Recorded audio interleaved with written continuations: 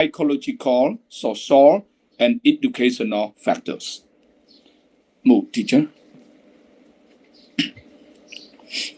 Okay.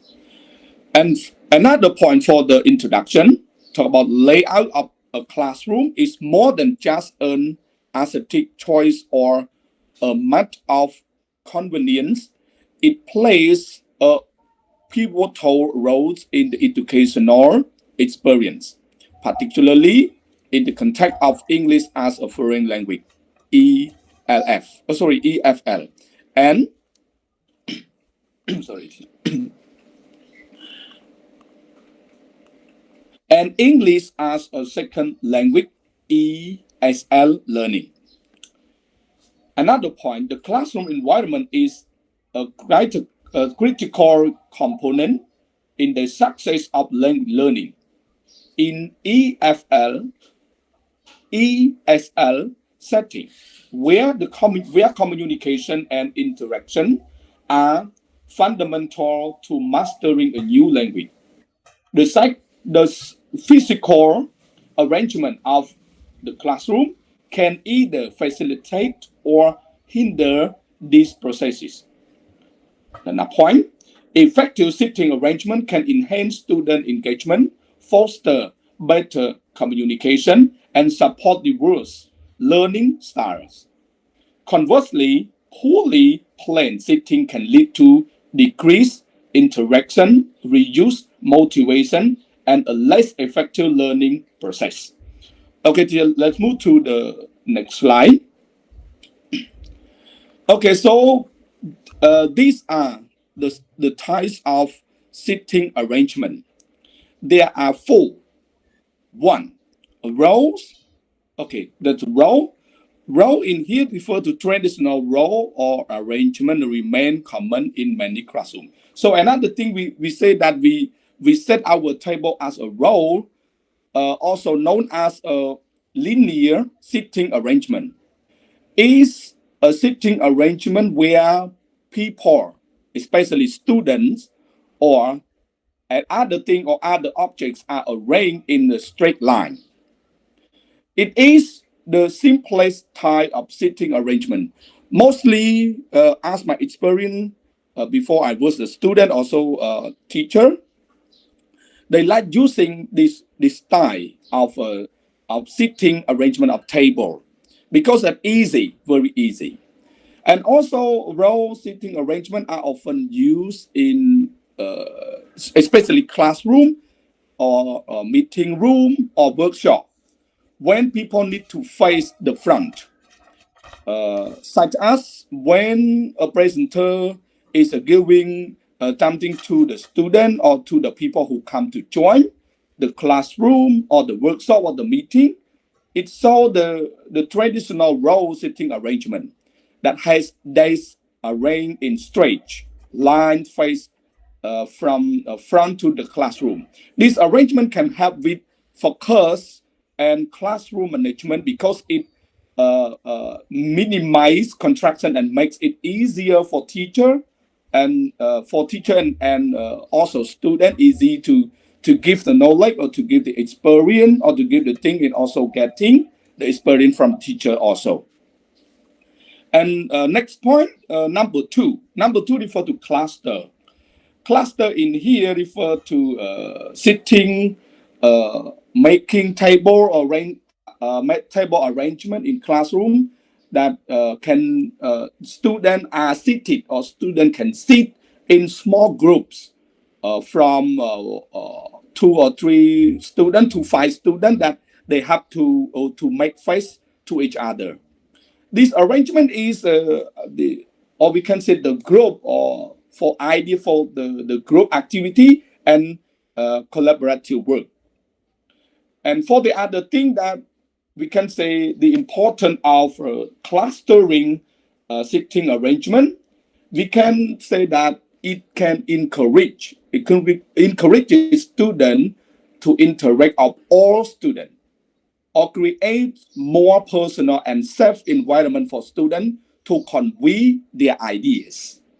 Another point, promote the cooperation and teamwork. And for the last one, it is suitable for small spaces.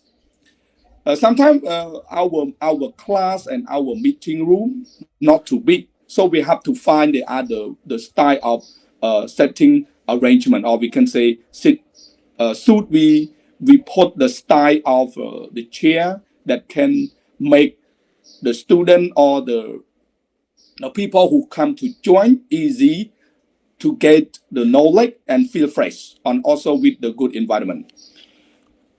And for the other one is circles. Circle arrangement, they mean that the sitting arrangement is a type of sitting arrangement where people or students are placed around or making circle, either facing center or facing opposite direction. And also at the other point, when we put or we set curricular, we can organize people. Start with people who sit or who position are clear and correct, and keep people that about good. And also mark direction. Refer to use arrow to indicate whether people are facing inward or outward. And for the other point, talk about U-shape style of sitting arrangement. That this time we can combine the benefit of both rows and clusters together. It allows for direct interaction while also facilitating group work and discussion. This arrangement can be enhanced student participation and make it easier for teacher and student to interact with all the subject. And we can say that it can make it easier for teacher to all students. And talk about the advantages of U-shape arrangement. U-shape arrangement, if we set like this, it means we got a lot of benefits of row and cluster. It allows for direct interaction while facilitate group and discussion. When we do like this, we can see or we can walk or a short step from one student to one student. That's all for my presentation points, and let's move to my friend, my brother, Wetsui. Okay, continue. Next slide. Thank you, teacher.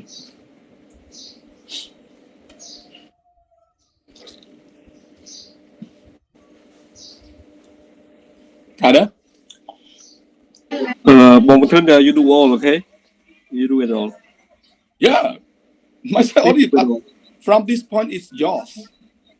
Yeah, move on and you do all, okay? What, teacher? Brother? Yeah, they did. My points are finished, but now effective grouping strategies. Brother Munthun, Brother Sui cannot do it. He wants you to do it for you. Is it okay? Oh my God! Come on,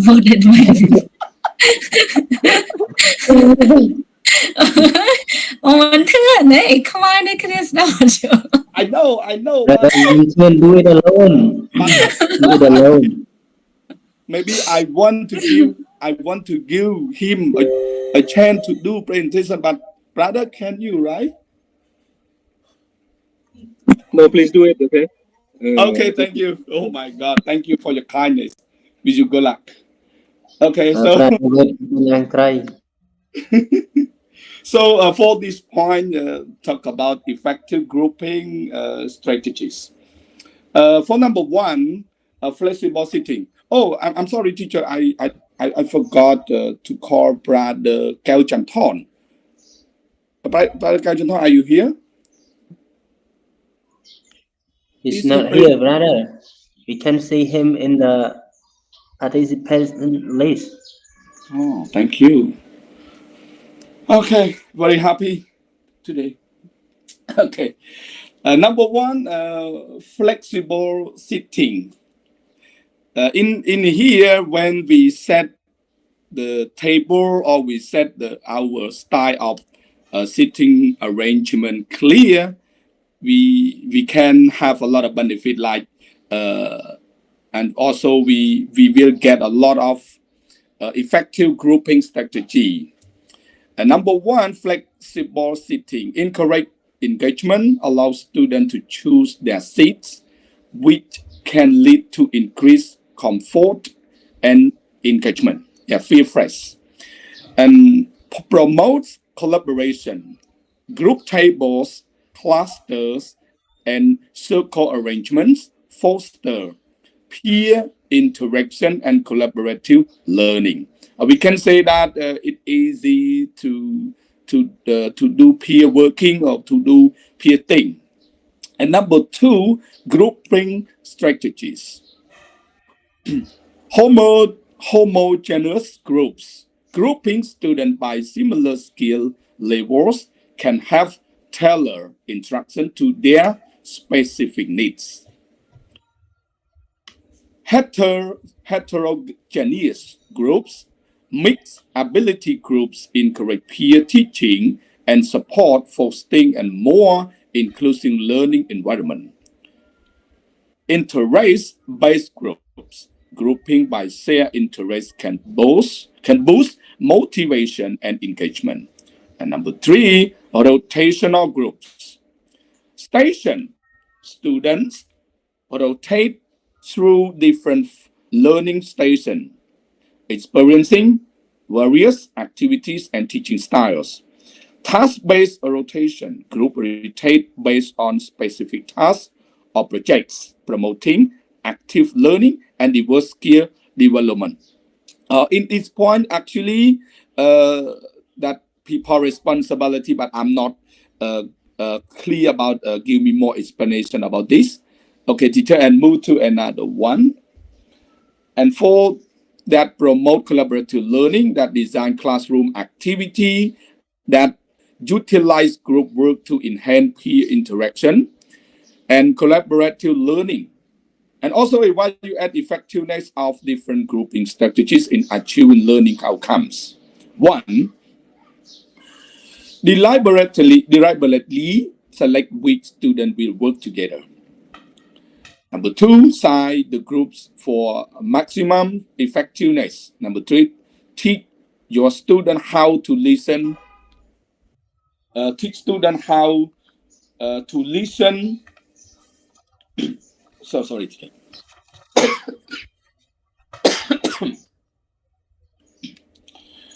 To listen to one another.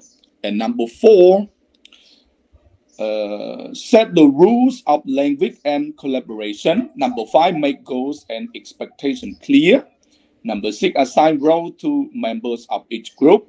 And seven, use real-world problems, not imaginary ones. Number eight, consider giving each group a different task. Number nine, play a game to get students warm up. And the last one, evaluation each group on its own merit. Okay, so for the reference, like teacher, can you see the reference here? Yes, also it's a learning sitting group students. Okay, so for learning objectives of sitting and grouping students, we have four. Number one, understand the importance of sitting arrangement. Explain how different sitting environment, example like row, circle, and groups, impact classroom dynamic and student engagement.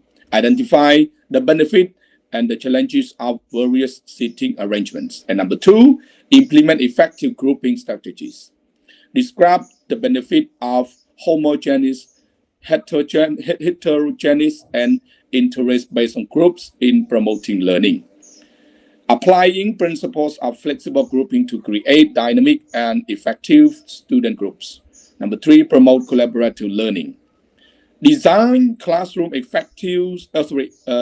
classroom activity that utilize group work to enhance peer interaction and collaborative learning. Evaluate the effectiveness of different grouping strategies in achieving learning outcomes. And the last one, adapt sitting for diverse needs. Develop strategy to accommodate diverse learning needs and preferences through flexible sitting arrangements. And the last one, assess the impact of sitting and grouping on student behavior and learning outcomes. Okay, that's all for my presentation and also my group. Yeah, and this is a reference. If you want to get more, or you want to know more about how to do, like what I mentioned, or how to do the sitting and grouping student and teaching language construction, you can go to this website. Thank you, teacher and all classmates.